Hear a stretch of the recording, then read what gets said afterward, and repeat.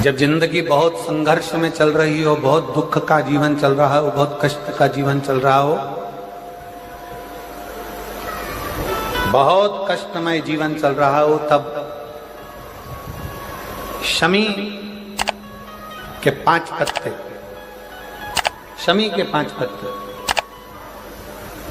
एक दुर्वा के साथ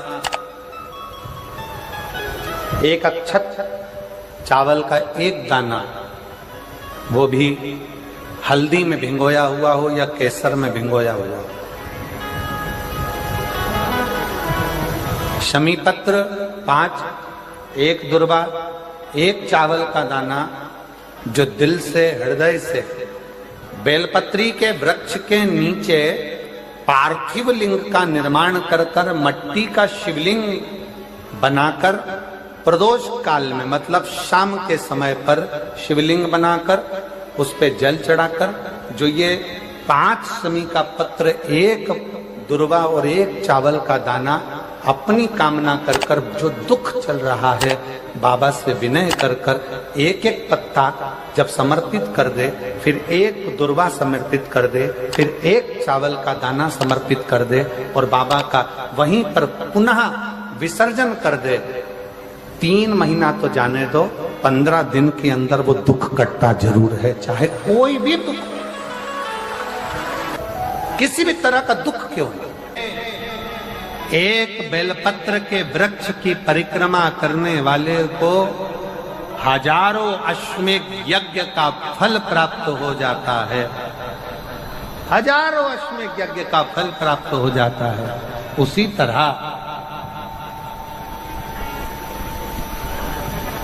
तरह एक पार्थिव लिंग का निर्माण करने वाले को, मिट्टी का शिवलिंग का निर्माण कर कर पूजन करने वालों को 12 ज्योतिर्लिंग के शिवलिंग के दर्शन का पुण्य फल प्राप्त। बहुत ध्यान लगाकर सुनिएगा। एक बेलपत्री और उस बेलपत्री में एक चंदन की बिंदी और एक अक्षत का दाना मात्र रखकर भी अगर शिवालय पर चढ़ा दी जाती है, एक बेलपत्री, एक चंदन का बिंदी, और चंदन फिर निवेदन करेंगे। आज के जमाने में तुम लोग सब घिसा घिसाया, पड़ा पड़ाया, डब्बी का सामान ले लेकर, वो नहीं, चंदन की एक मुठिया रखो, थोड़ा सा भी घिसो, जरा सा भी घिसो, उसकी एक बिंदी और एक चावल का दाना, जब हम भगवान देवाधिदेव महादेव को समर्पित करते हैं, अपनी कामना कर कर समर्पित करते हैं, तो निश्चितता है।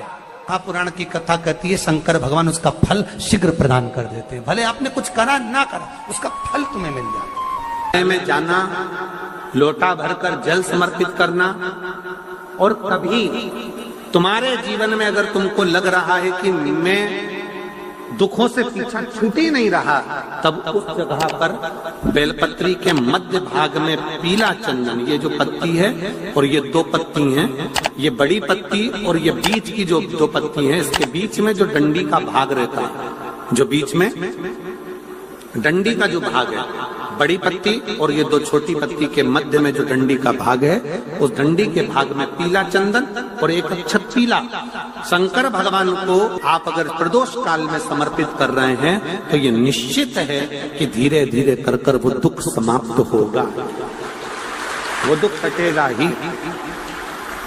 प्रगत वर्णन किया गया शंकर भगवान की आराधना में, शिव की आराधना में, जब तुम्हें लगता है कि तुम्हारा व्यापार नहीं चल रहा, कोई तुम्हें धोखा दे रहा है, लक्ष्मी नहीं आ रही, बहुत चिंता में पड़े हुए हो, बहुत टेंशन में जिंदगी चल रही है, बहुत बीमारियां तुमको घेर ली है और चारों तरफ अंधेरा ही अंधेरा नजर आ रहा है, तुमने विचार करा अब मैं तो मर जाऊं तो अच्छा, मैं सुसाइड कर लूं तो अच्छा, मैं मर जाऊं तो अच्छा, तो मरने से पहले एक काम कर कर देखना, शंकर भगवान की आराधना कर कर देखना, शिव पर एक लोटा जल चढ़ा कर देखना, और ज्यादा चिंता, ज्यादा टेंशन हो तो बेलपत्री के जड़ को घिसकर उसका चंदन बनाकर शंकर को लेपन कर कर उसकी भी आराधना कर कर देखना कि बेल चंदन का फल क्या। बेलपत्र, एक बेल, ये कोई साधारण नहीं, एक बेलपत्र एक बेल, ये कोई साधारण नहीं, एक बेल।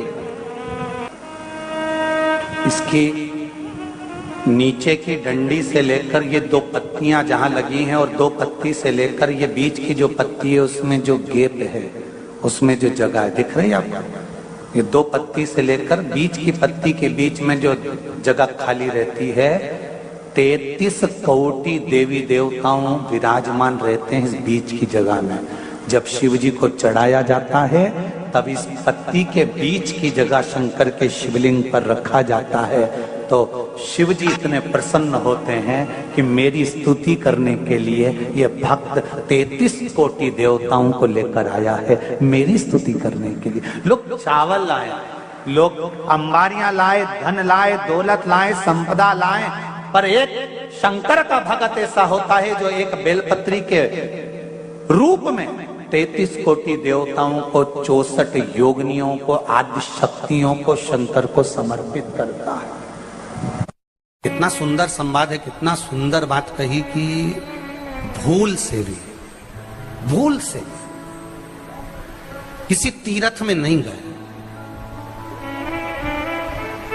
कहीं हमने गौदान नहीं करा, कहीं हम किसी तीर्थ में नहीं गए, हमने कहीं गौदान नहीं करा, हमने कहीं ब्राह्मण भोजन नहीं कराया, हम कहीं गंगा यमुना कावेरी सरस्वती नर्मदा छिपरा पुण्यवान नदी में हम स्नान नहीं कर पाए।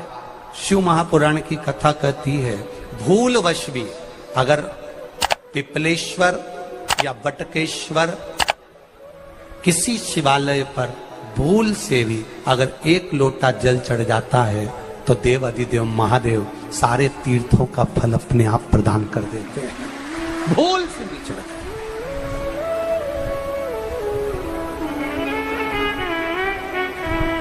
एकांतेश्वर महादेव किसी तीर्थ में नहीं गए, कहीं हमने गौदान नहीं करा, कहीं हम किसी तीर्थ में नहीं गए, हमने कहीं गौदान नहीं करा, हमने कहीं ब्राह्मण भोजन नहीं कराया, हम कहीं गंगा यमुना कावेरी सरस्वती नर्मदा छिपरा पुण्यवान नदी में हम स्नान नहीं कर पाए।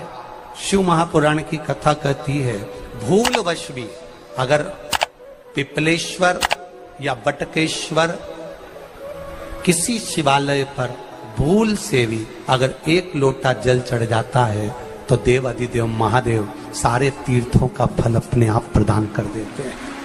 भूल से भी चढ़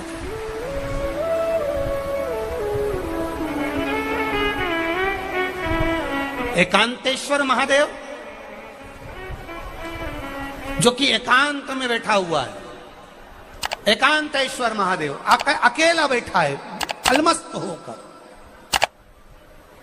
आप जा रहे हो गाड़ी लेकर, आप 4 व्हीलर गाड़ी में जा रहे हो, ट्रैक्टर में जा रहे हो, ट्रॉली में बैठकर जा रहे हो, क्रूजर में बैठकर जा रहे हो, 2 व्हीलर गाड़ी में बैठकर जा रहे हो और एकांतेश्वर महादेव का मंदिर दिख गया, कोई एकांत में, भले उसका नाम नहीं मालूम तुमको कि कौन सा महादेव, और अकेला बैठा है जंगल में, वृक्ष की छांव में, एक ओटले पर, कोई दीवार नहीं, कोई जाली नहीं, कोई गेट नहीं, कुछ भी नहीं। शिव मंदिर में जाकर एक लोटा जल समर्पित करती थी और शास्त्र कहता है कि शंकर के मंदिर में अगर एक लोटा जल कोई एक परिवार का व्यक्ति भी समर्पित कर रहा है तो समझ लेना कि वो अपनी 71 पीढ़ी को पार लगा रहा है। वो अकेला नहीं, 71 पीढ़ी को पार लगा रहा है। शिव महापुराण की कथा कहती है जब बच्चा गर्भ में आता है, माता के गर्भ में जब संतान आती है और माता के गर्भ में जब संतान रहती है, उस 9 महीने में स्त्री नारी अगर कहीं शंकर के मंदिर के सामने से निकल जाए या शिवालय का जल स्त्री को मिला हो या शंकर भगवान का कोई प्रसाद या शंकर भगवान का कोई नाम जाप या शंकर भगवान का कोई मंत्र जाप उस स्त्री के कानों में पहुंच जाए तो जो गर्भ में बच्चा होता है वो बच्चा शंकर की कथा तक या शिवालय तक उसको बिना बोले ही वो अपने आप चला ही जाता है, पहुंच ही जाता है। उस गर्भ में रहने वाले बच्चे को भगवान शंकर के मंदिर के सामने से भी कोई गर्भवती स्त्री निकल कर चली जाती है तो उसका भी फल उसको प्राप्त हो जाता है। उसका भी फल उसको प्राप्त हो जाता है। और वो फल साधारण नहीं होता। क्यों? बेलपत्री को जब भी चढ़ाया जाता है तो पीछे की डंडी पकड़कर नहीं चढ़ाया जाता। बेलपत्री को चढ़ाने के लिए मध्य भाग को, जैसे यह बेलपत्र होता है तो इसका मध्य की जो डंडी होती है, मध्य भाग होता है बेलपत्री का, तब मध्य भाग को पकड़कर हम भगवान शंकर को बेलपत्र समर्पित करते हैं। कोई भी बेलपत्र ऐसे नहीं चढ़ाता कि डंडी पकड़ के चढ़ा दिया, फिर पीछे की डंडी पकड़ के चढ़ा दिया, फिर पीछे की डंडी पकड़ के चढ़ा दिया, फिर डंडी पकड़ा, फिर चढ़ा दिया ना। मेरे देवादिदेव महादेव को जब भी बेलपत्र चढ़ाया जाता है तो मध्य भाग, पीछे की डंडी पकड़कर नहीं, मध्य भाग से भगवान शंकर को बेलपत्र समर्पित किया जाता है। मध्य भाग से जब भी पकड़ेंगे तो मध्य भाग को पकड़कर बेलपत्र समर्पित करेंगे। क्यों?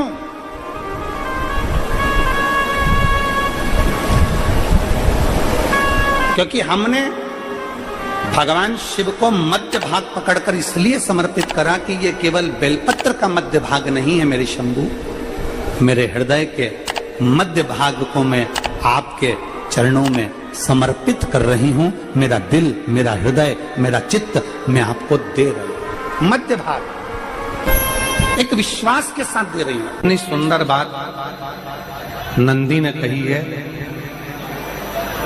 नंदी ने ये बात जो कही वो वास्तव में बड़ी सुंदर है कि मान लो यदि कोई कार्य तुम्हारा हो नहीं रहा और पूरी दुनिया में तुमने कर कर देख लिया, बहुत प्रयास कर कर देख लिया, तो भी वो कार्य अगर तुम्हारा नहीं होता, तो फिर एक काम करो कि शिव की स्तुति करो, शंकर की स्तुति, शंकर का गुणगान, शंकर की भक्ति, शंकर का स्मरण।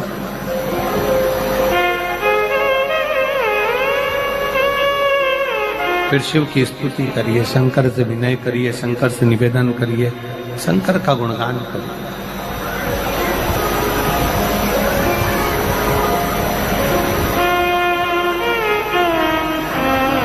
पर भगवान की भक्ति होती कब? जितने आस्था चैनल पर कथा सुन रहे हैं, जितने फेसबुक यूट्यूब पर कथा सुन रहे हैं, जितने पंडाल में बैठकर शिव भक्त कथा को रसपान कर रहे हैं, उनसे निवेदन करूंगा कि शंकर की भक्ति होती कब है, शंकर का स्मरण कब होता है, शंकर की भक्ति कब होती है, शंकर की कथा सुनने में मन कब लग सकता है? जब अपने भीतर की अभिमत्ता, अपने भीतर का अहम, अपने भीतर का अहंकार, अपने भीतर की आसक्ति, अपने भीतर का काम, अपने भीतर की तृष्णा जब दूर हो जाए तो समझो कि आप शिव में मन लगा बैठे।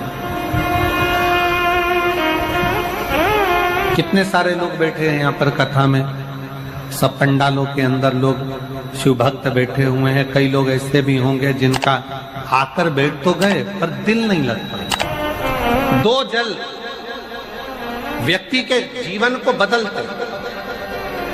कितने जल? जम के बोलो जरा। दो जल। एक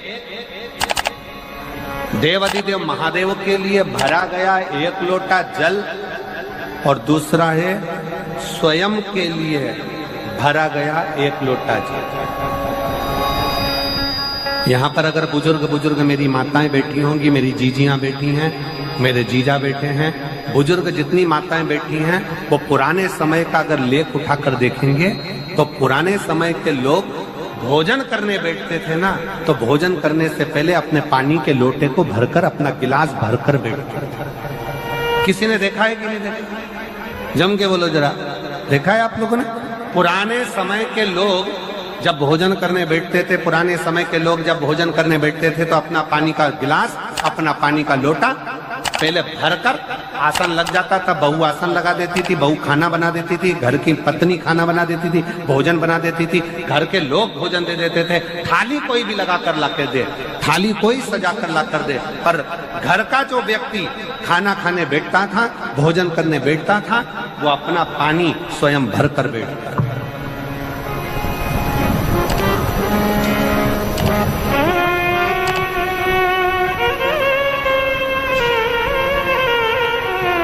आज के जमाने में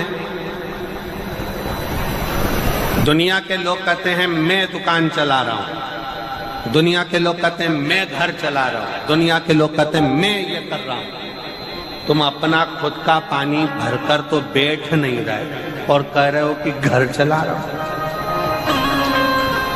स्वयं का एक गिलास पानी व्यक्ति नहीं भर पा रहा। कितना सुंदर कहा है महाराज जी, बहुत सावधानी से सुनिएगा।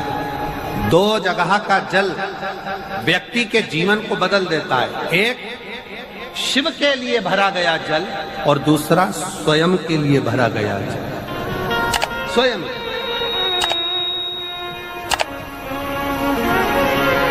शंकर के मंदिर में जा रहे हो, एक लोटा जल अपने घर से भरकर लेकर चले जाओ और अपने घर में जब तुम भोजन करने बैठ रहे हो, जब तुम रोटी खाने बैठ रहे हो, भोजन करने बैठ रहे हो, भोजन ग्रहण करने बैठ रहे हो, जब तुम भोजन को ग्रहण करने के लिए बैठ रहे हो, तब अपने घर में जब तुम भोजन ग्रहण करने बैठ रहे हो तो एक लोटा जल या एक गिलास पानी भरकर बैठो।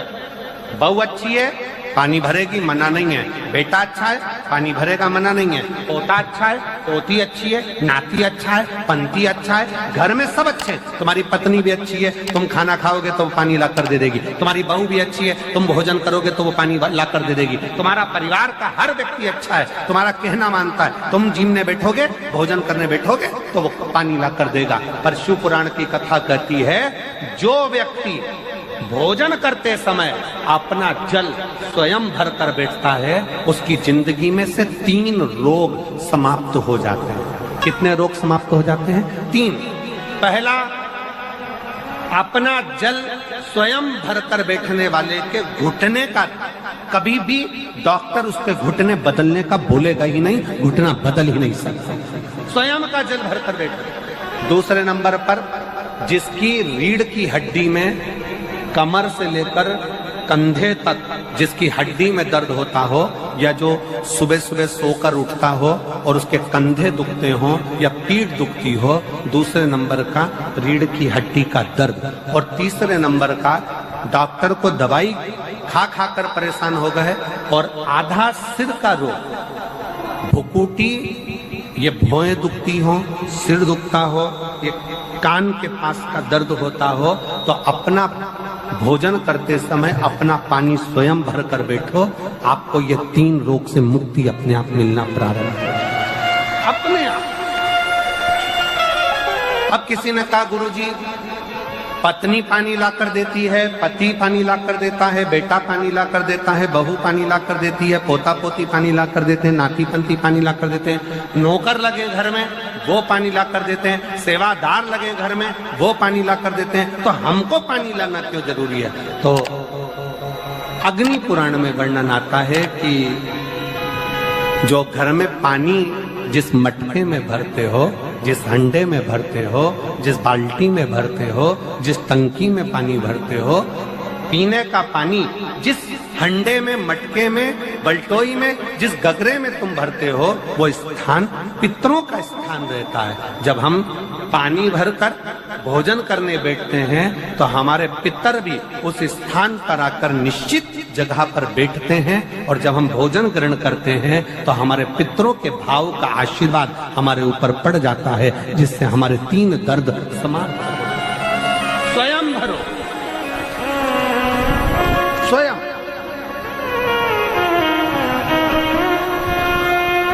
अब आज का जमाना इतना विचित्र है कि नौकर चाकर, परिवार, घर इतना बड़ा हो गया। आज के जमाने में कोई सोफे पे से उठना पसंद नहीं करता, वहीं से आवाज लगा देते हैं, ला मेरा भोजन लगा दे, रोटी ला।